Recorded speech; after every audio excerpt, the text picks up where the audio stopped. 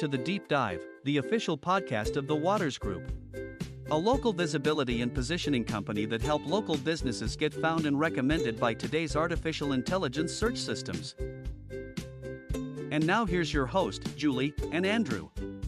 I have to admit, after reading through the source material for today's deep dive, I had a bit of a moment. Oh, yeah. You know that feeling. When you think you understand how the world works, specifically how businesses get found online, and then you read something that basically just says, yeah, everything you know is about to be obsolete. It's a bit of a wake-up call, isn't it? A huge one. We're looking at this document from the Waters Group, the Trusted First system, and frankly, it reads less like a marketing brochure and more like a survival guide for a new era. Exactly. I mean, usually when we talk about, local business marketing, my brain goes to specific places. I think of keywords. I think of best dentist in Chicago. Right. I think of fighting for that top spot on Google Maps. Right. But this document is arguing that the whole hunt and peck method, where you type a keyword and scroll through a list, is dying. It is dying. And it's happening, I think, faster than most business owners even realize. The whole premise here is that consumer behavior has fundamentally shifted. We aren't just typing plumber into a search bar anymore.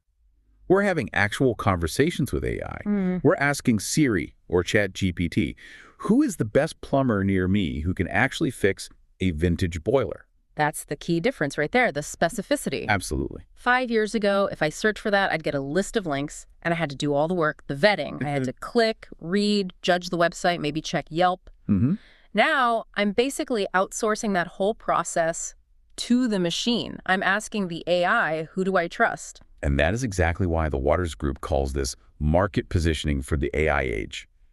Our mission for this deep dive isn't to talk about how to run a Facebook ad. No. It's to really unpack the difference between traditional digital marketing, which the source essentially calls screaming into a void, and this new concept of authority positioning. I want to stick on that for a second because the language they use is pretty aggressive. It is. They talk about digital marketing as if it's a dirty word. They describe it as chasing clicks or screaming the loudest. It's a harsh assessment, but think about the old paradigm. It really was the billboard effect. Yeah. Whoever had the biggest budget to buy ads or whoever could spam the most keywords, they got the visibility. It was just a game of volume. You throw enough mud at the wall, some of it's going to stick. Right. And the source implies that this game is now, rigged against you. Because AI doesn't care how loud you scream. AI doesn't care about your ad budget in the same way. The source makes this really fascinating point. AI chooses winners and losers based on data, not just on spend. When an AI recommends a business, it's kind of putting its own reputation on the line. It's designed to give the best answer, not just the paid answer. So if you're a business owner still operating on that scream loud setting, you're what? Just invisible. You're worse than invisible. You're irrelevant. The source warns that if you don't have the right signals, the AI just won't recommend you, period. Wow. And in a voice search world, there is no page 2 of Google. There is just the answer. Here is the plumber I recommend. If you aren't that recommendation, you just don't exist. That feels almost dystopian. The algorithm as the ultimate gatekeeper. It's a big shift. Okay, but let's look at the flip side. If screaming doesn't work, what does? The source centers everything around this concept of authority positioning. It's about moving from simple visibility to true credibility. The Waters Group argues you need to convince the recommendation engines that you are the safest, smartest choice. Safest. That's a weird word for marketing, isn't it? It is. Usually you hear best, cheapest, fastest. Why safest? Well, think about how these large language models actually work. They're predictive. They look for consensus. Okay. If an AI suggests a restaurant that gives everyone food poisoning, the user stops trusting the AI. So the algorithms themselves are risk-averse. They're looking for the path of least resistance. The business with the most consistent, verifiable proof that they are good at what they do. Okay, so we need to prove we are the safe choice. But how do we actually do that? A robot can't come to my pizza shop and taste the pepperoni. The source talks about trust signals. Now, I read the list. Reviews, content, reputation. And my first thought was, okay, sure, we've known reviews matter since 2010. Is this really new? The components themselves aren't new, no. But the strategy, or really the lack thereof, is the problem for most businesses. The source points out that these signals are usually scattered across the internet with no strategy. The messy business problem. Exactly. Yeah. Imagine you're the AI. You scan the web for a local mechanic. You find a Facebook page that hasn't been updated since 2019. You find a website with generic stock photos. You find 3 reviews on Google, and 1 is a 2-star. To a human, that just looks like a business that's maybe a bit disorganized. Right. To an AI, that looks like insufficient data or low authority. It's a pattern recognition issue. The AI sees noise, not a clear signal. Precisely. The whole goal of the Trusted First system is to consolidate those signals, to clean up the data so that when the AI looks at you, it sees this clear, consistent pattern that says, this is the leader in this market. So it's about speaking the machine's language, while still appealing to humans. It's a dual game now. All right, let's get into the nuts and bolts of this Trusted First system. The Waters Group breaks it down into a few pillars. They call it a strategy plus content plus automation engine. Let's start with step 1, the story. This is often the hardest part for business owners. Which is funny, right? You'd think the business owner knows their story better than anyone. You would think. But the source says they extract your true story and authority, the stuff most businesses never communicate. It's the curse of knowledge. Yeah. If you've been a roofer for 20 years, you just take for granted that you know how to handle slate tiles.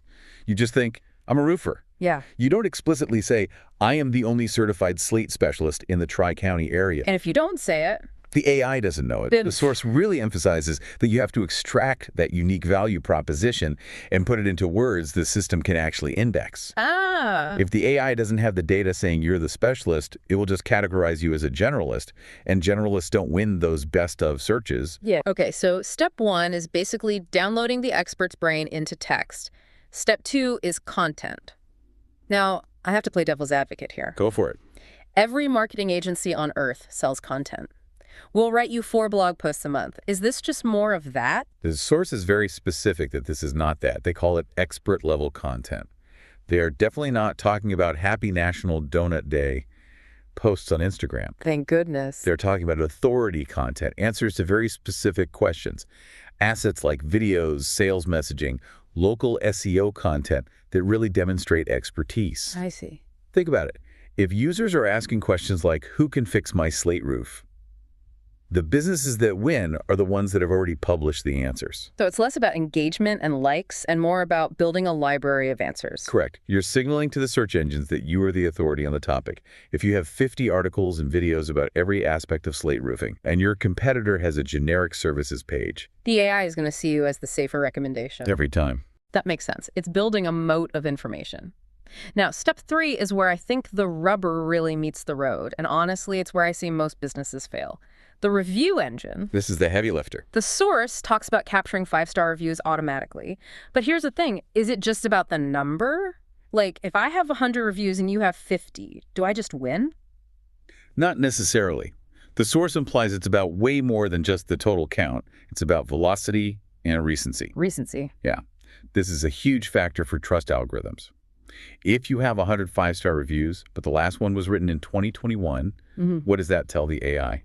That maybe I'm out of business. Right? Or I've gotten lazy. Exactly. It signals decay. The review engine the Waters Group describes isn't just about getting a review. It's about creating a constant stream of fresh data. A drip, drip, drip of positive feedback.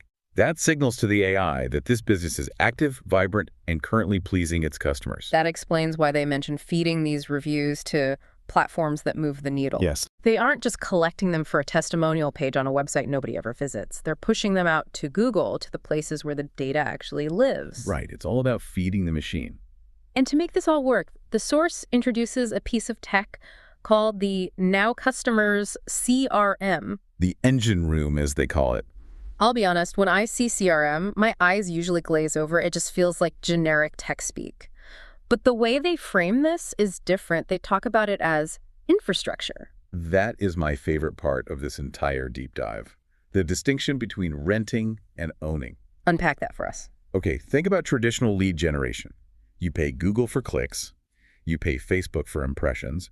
You are renting their audience. Right. The moment you stop paying, the faucet just turns off. You've built nothing. You were just a tenant in their house. And your entire business is dependent on their rent prices. Exactly. But what the Waters Group is proposing with this system is ownership. When you build a customer database, when you own the reviews, when you have the content on your site, that is your infrastructure. You're building equity in your own digital brand. It's the difference between staying in a hotel and building a house. Yes, a perfect analogy. And the source makes a very compelling argument that this infrastructure is what future-proofs you. Algorithms change, ad prices go up. But a solid reputation and a database of happy customers. That is an asset that belongs to you, to the business. The CRM also automates the trust building, right? It mentions follow-ups, review requests, appointment setting. It feels like the goal is to remove human error from the trust equation. Which is vital. You could be the best dentist in the world, but if your front desk forgets to call someone back, or if you forget to ask for a review after a great appointment, you are digitally losing trust points. Automation ensures that every single interaction is captured and optimized. It makes the business look hyper-professional 100% of the time. So we've got the strategy, be the safe choice. We've got the tactics, story, content, reviews. And we've got the tool, the CRM. But who is this actually for?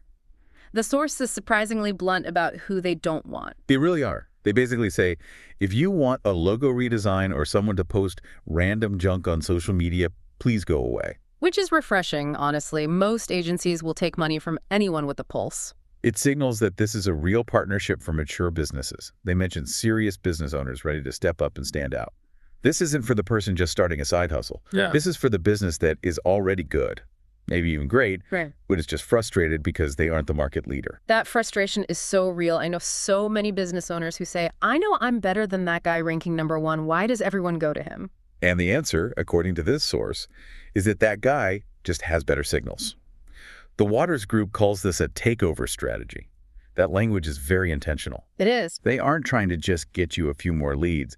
They are trying to displace the current leader in the market. Takeover strategy.